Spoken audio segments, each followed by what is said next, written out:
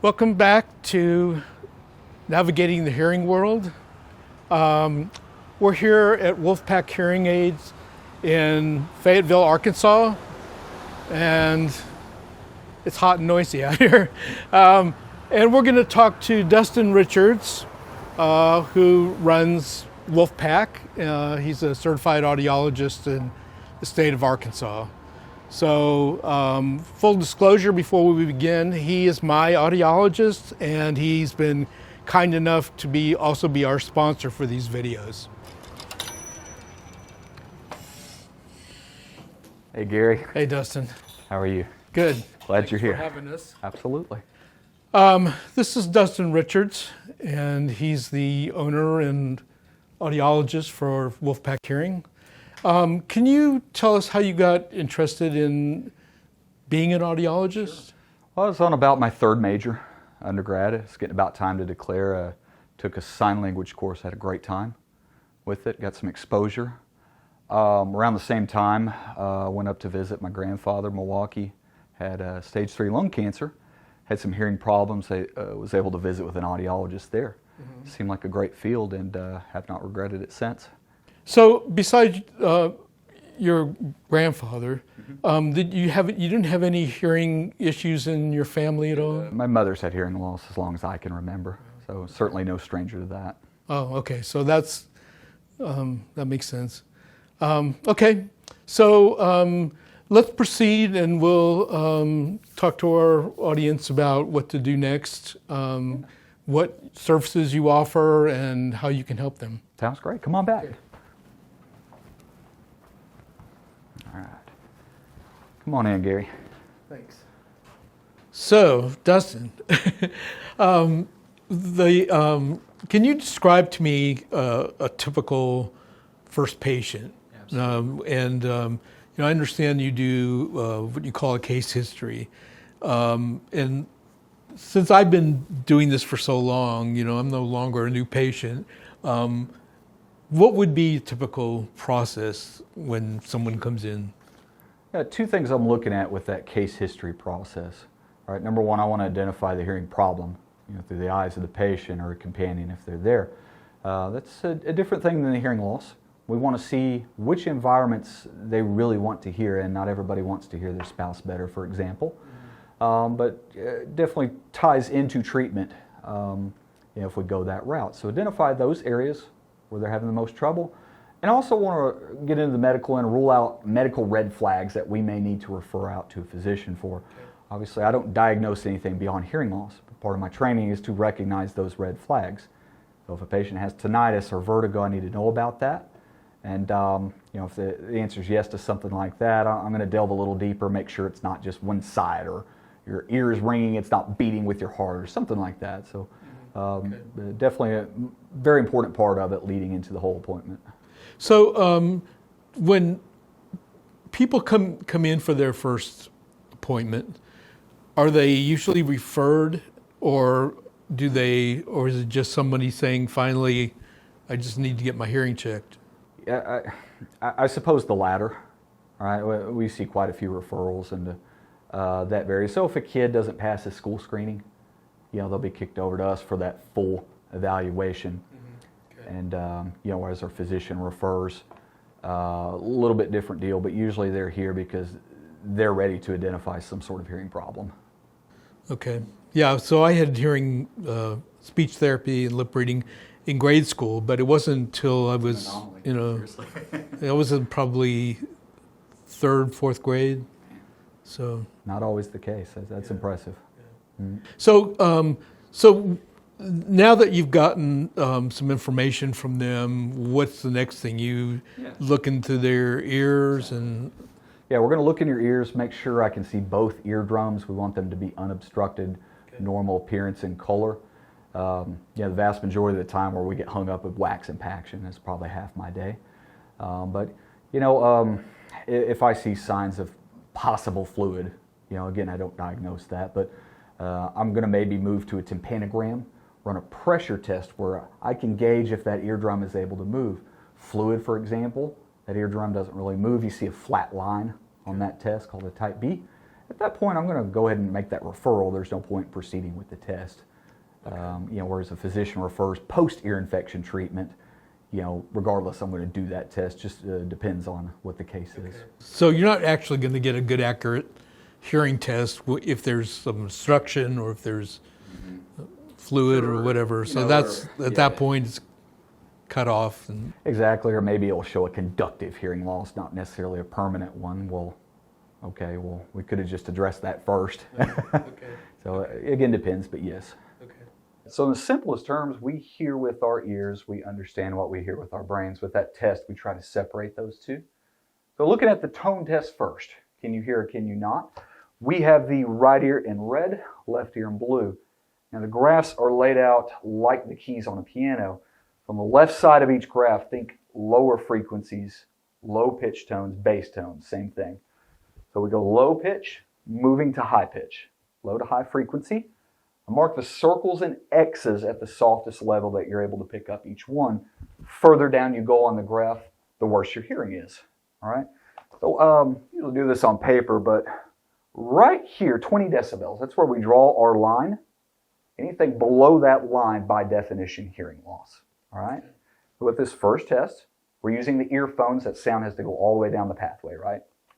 So that's like the equivalent of 20/20 vision. Then that would be your kind of average, normal. Exactly. It's a reference line. It doesn't do much to describe a hearing handicap, but that's our reference for something like this. We call that test air conduction. To fast forward to bone conduction, that's where we use a headband. It's going to be placed right here on the mastoid. It's going to go straight to the inner ear, bypassing the outer and middle. This is how we tell what type of hearing loss you have. Okay. So these little brackets here, that's where we mark. Now, Gary, your audiogram is a little unique in the sense that we can't turn up that headband test so loud. So these are actually no responses. All right. But if you look over here, these are true responses. You see the little bracket is pretty close to the circles and X's. That indicates there's no difference whether you go straight to inner ear or you follow that whole pathway. That means your type of hearing loss is permanent, sensory neural. It's coming from the inner ear. If you had an ear infection today, you'd see a pretty noticeable gap between the bracket and the circles and X's. Okay. The most common type I see by far, that line, you'll see the low frequencies actually close to the normal range. And almost go down like that. All right. When noise induced, you might see it notch back up. The point here, most people have a high frequency loss. So you'll go into those common complaints like, I can hear you talking. I can't understand what's being said because I'm missing those consonant sounds. Vowels carry more energy. Same thing with background noise. A shape like that, Gary, that's not just clarity, that's a problem. It's also a host of things. Volume, being able to localize sound. A whole different beast right there. Okay, so that's one point I really wanted to emphasize, because now we have the over-the-counter aids that are coming soon, and most of that, from my understanding, is going to be volume, right? And so people aren't really taking into account clarity and noise reduction and all that. So this isn't, what you're doing is not just adjusting volume. So what I have here as far as my loss goes, to compensate, and we'll look at that later, is when you program the aids, you have to program not just to increase what my loss was in volume, but to compensate to get clarity, right? Yeah.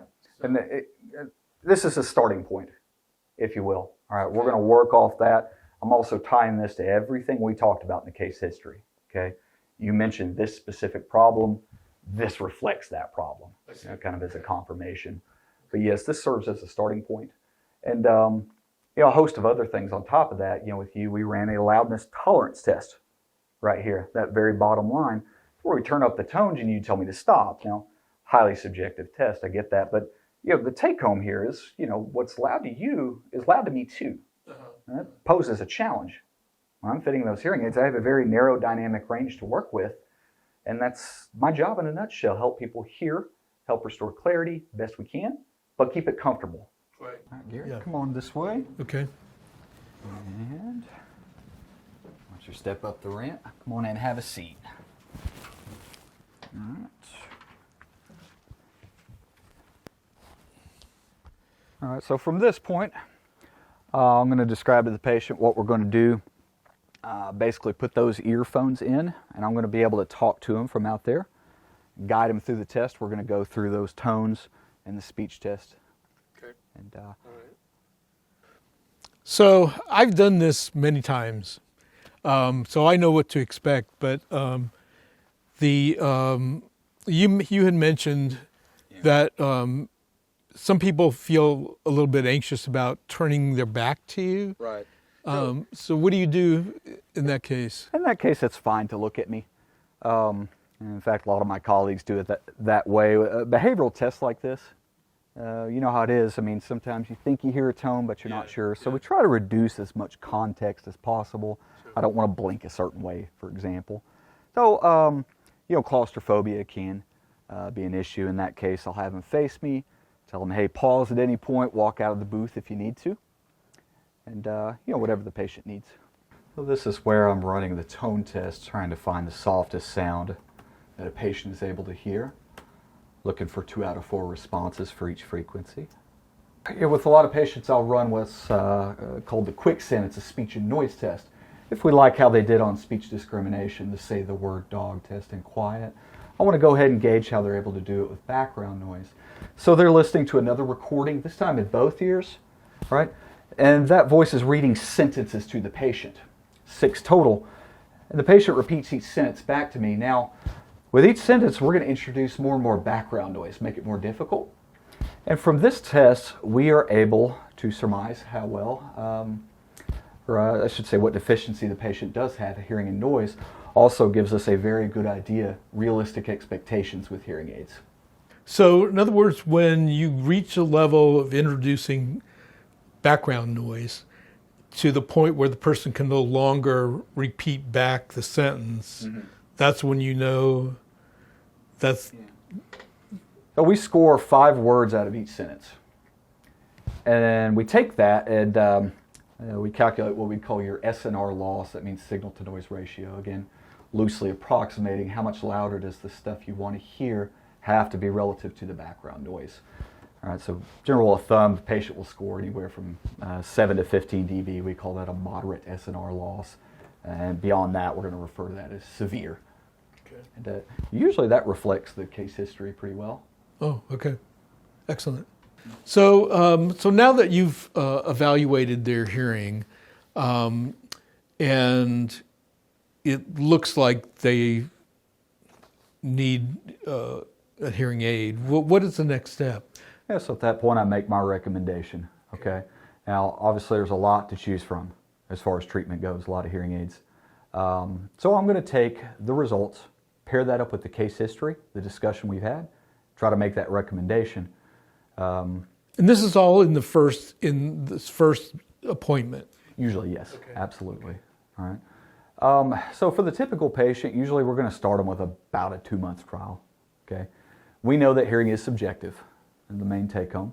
Right. And I try to drive that point home. Also, the acclimatization process.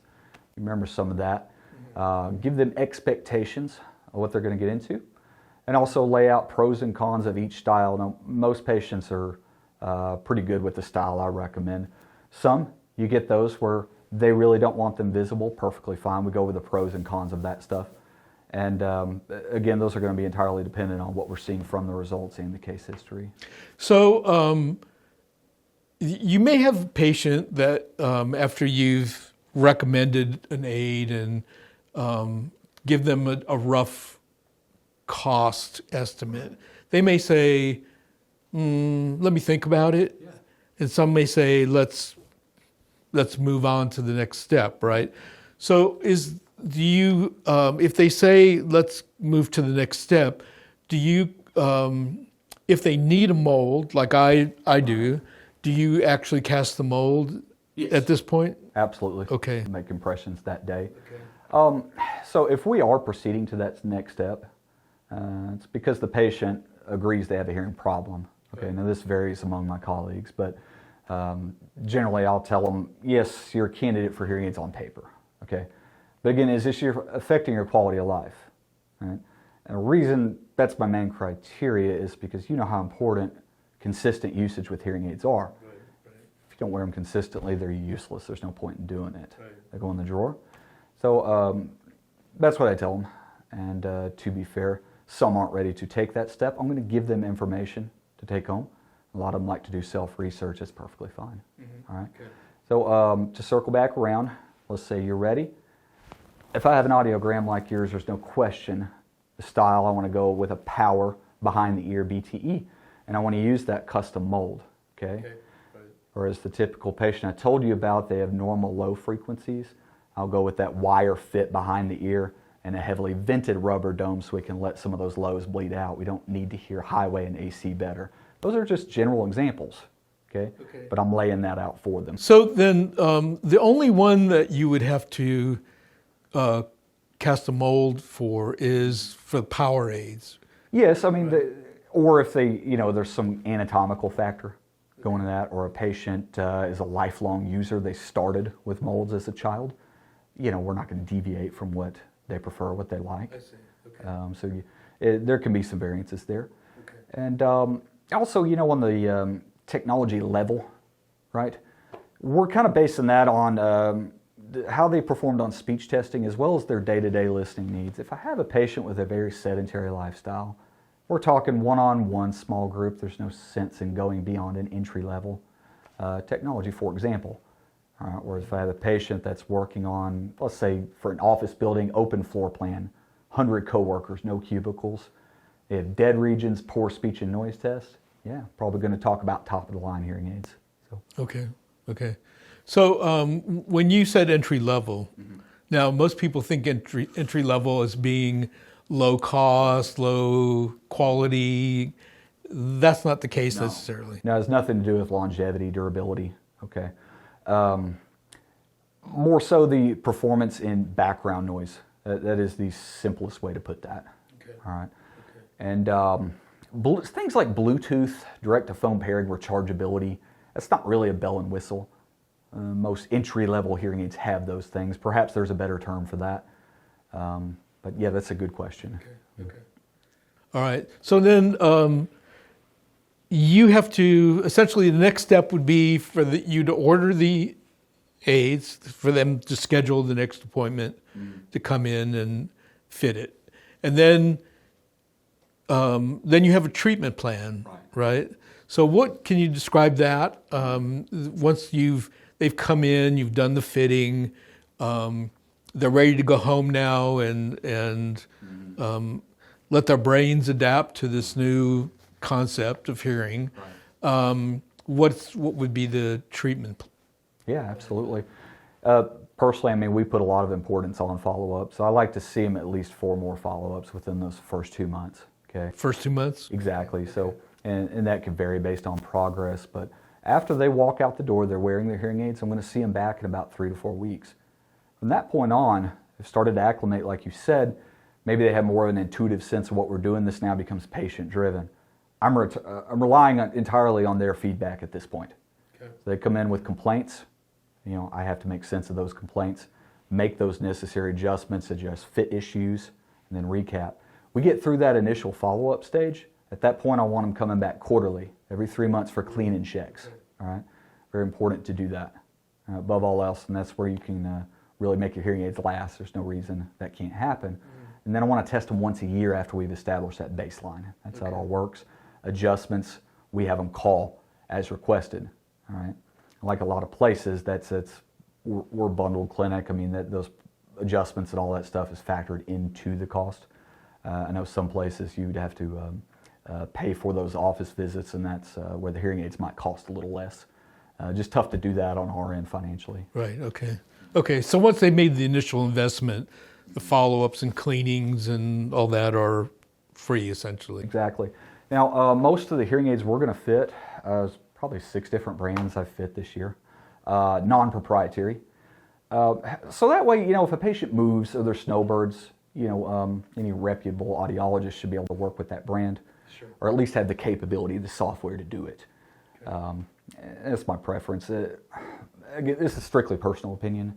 In the 9 years I've been doing this, I don't think there's one brand that's particularly just stood head and shoulders above the rest. They each do different things well. pros and cons. You try to match that up with each patient. And I think that's important. So that's a good point, because I wanted to talk about that, the fact that not all hearing aids are the same. Just like a car, the different brands have different qualities and different features, all that. But the features aren't as important as the comfort you have with the hearing aids. So in other words, I wear the brand that I wear, I've worn almost all my life, right? Now I've tried other brands and the sound quality is such that it's not bad sound quality, but it's different than what I'm used to hearing and what I think of as normal. Yes. So if I try these other aids and then they have, I think you mentioned this, the sound like they're tinny, or you're inside a hollow log or something like that. And there's only so much you can do to adjust that, right? I mean, so I want people to realize that if you try on an aid and it's not what you think it should be, don't just accept it. Come back in, make, that twice, the early follow-ups. Right. At that point say, this doesn't sound right. Don't just, because I know I've had experiences with people older people that are just losing their hearing. They come back. I had a boss who actually threw his hearing aid across the room while I was in there and said, I've had enough of this. And I went, okay, look, you just had this thing for about a week or two. Give it a chance. Go see your audiologist, do something, but don't just give it up, because you have to communicate with us, right? So I just want people to understand that there's a big difference between just getting volume and just having an aid. Doesn't mean that has to be the one that you end up with, right? Yeah. So you have a return policy. We didn't talk about that. Can you? Yeah, I mean, a general rule of thumb, as long as I can get the hearing aids back to the manufacturer within 60 to 90 days, I'm not on the hook. Okay. All right, but there should always be a return window, always a trial. What you just said, if there was anything to remember from this video, that's it. That should be the take-all right there. You must make sure that it's correct, and if it's not, you try something else. In our case, we've had those instances where I recommend hearing aids and I don't like our progress after a couple months, particularly if somebody's worn them before. Mm-hmm. And we're going to switch to something else, no question. Okay. And Gary, you are an excellent example of this. You mentioned you've worn the same brand most of your life. We tried a sister company with you. Yeah. Very, very similar technology, and it didn't jive, okay? So, you take two different hearing aids, you set those gain curves the exact same way, you'll perceive it differently. You get into things like attack release times, compression speeds, all that stuff matters. So definitely remember that point you just made. Yeah, that's what I really wanted to get that across to people, because I can't tell you how many times I've had to tell people that don't just accept it. It's like if you went to a car dealer and they said, here's the car you should buy. You don't do that. You take a recommendation, right, and then you try it. And then if it's not the car you want, you get a different one. I mean, same thing with hearing aids. So I agree, 100%. It should be no different. Okay. All right. So then, and I know for me, as far as your follow-ups and all that, you've recommended having your aids cleaned once a year or 6 months. 3. That's okay. So now I don't do that. But yeah, that may be excessive to some, and a lot of patients are great about cleaning their own. Okay, but we get them back there. We're going to gut those hearing aids, take them apart, run them through drying chamber. Maybe stuff we don't necessarily want every patient doing, but I think that's crucial. And drive your car for a few years without changing your oil and see what happens. It's no different. Right. Very important. Okay. And the last point I wanted to make was, you mentioned drying, opening up and drying them. Well, now, for me, I have a little dehumidifier that you take out part of it and put it in the microwave to, you can keep using this over and over again. And every night I put my hearing aids in that humidifier. It sits on my nightstand. And, if you're out in the humidity or, working outside, I always put those first thing in that dryer. And that, I'm sure that extended the life of my aids considerably. So nowadays, self-care is great. Nowadays, even with nano coating on hearing aids and things like that, moisture resistance has improved. Why would you not do that? I mean, that makes sense to me. Yeah. And now nowadays some of the dryers are UV bulbs instead of having to microwave those bricks and things like that. So, if you're in a place where you can't come quarterly, or maybe the clinic you went to, that's not the follow-up schedule, or for whatever reason, I think it's great to add something like that. Yeah. No doubt. Okay. All right. Well, I think we're good. Dustin, thank you. Thanks for your time. I appreciate it. Thanks for having me. Thanks to everyone for watching our video, and look for us on Fayetteville Public TV.